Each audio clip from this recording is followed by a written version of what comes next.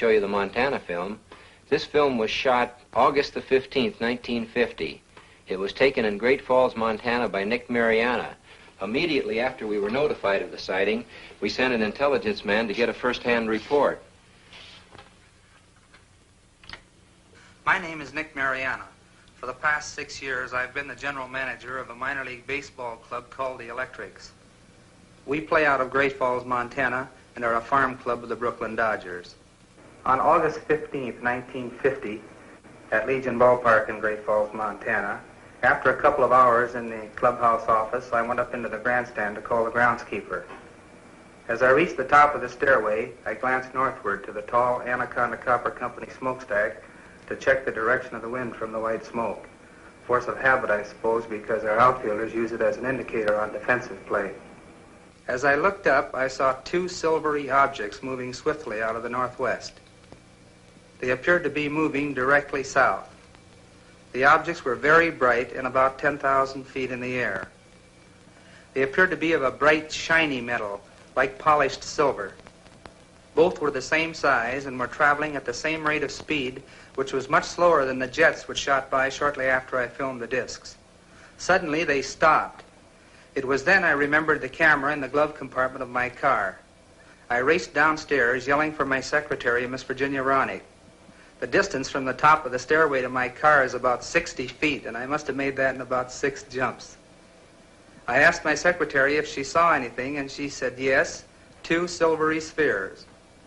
I unlocked the glove compartment of my car, took out the camera, turned the telephoto lens on the turret into position, set the camera at f/22, picked up the objects in the viewfinder, and pressed the trigger. The discs appeared to be spinning like the top and were about 50 feet across and about 50 yards apart. I could not see any exhaust, wings, or any kind of fuselage.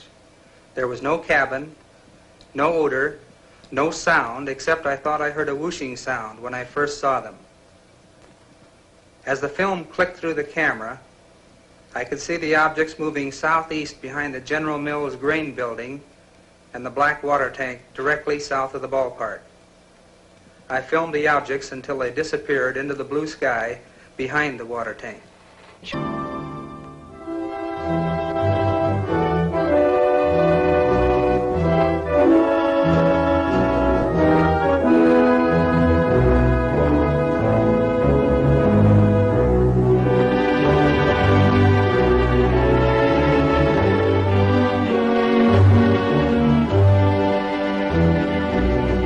This is the Montana film, projected exactly as it was photographed.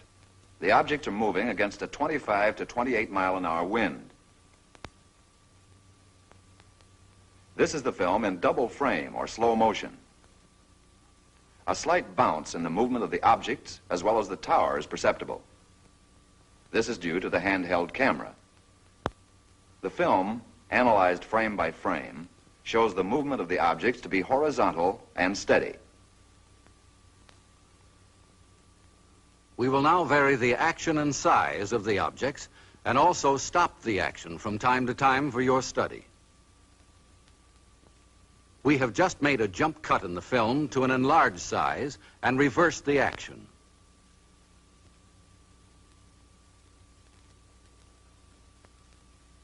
You are now seeing the objects exactly as they were photographed, but from a closer perspective.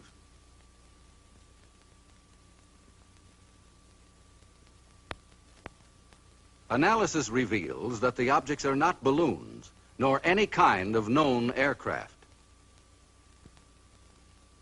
The images are very different from those produced by any kind of birds at any distance. The shape, brightness, speed, rectilinear path, steady motion, and separation rule out various forms of optical atmospheric mirages or cloud reflections. Comprehensive analysis has eliminated meteors and other known natural phenomena. The possibility of airplane reflection has been carefully studied and ruled out.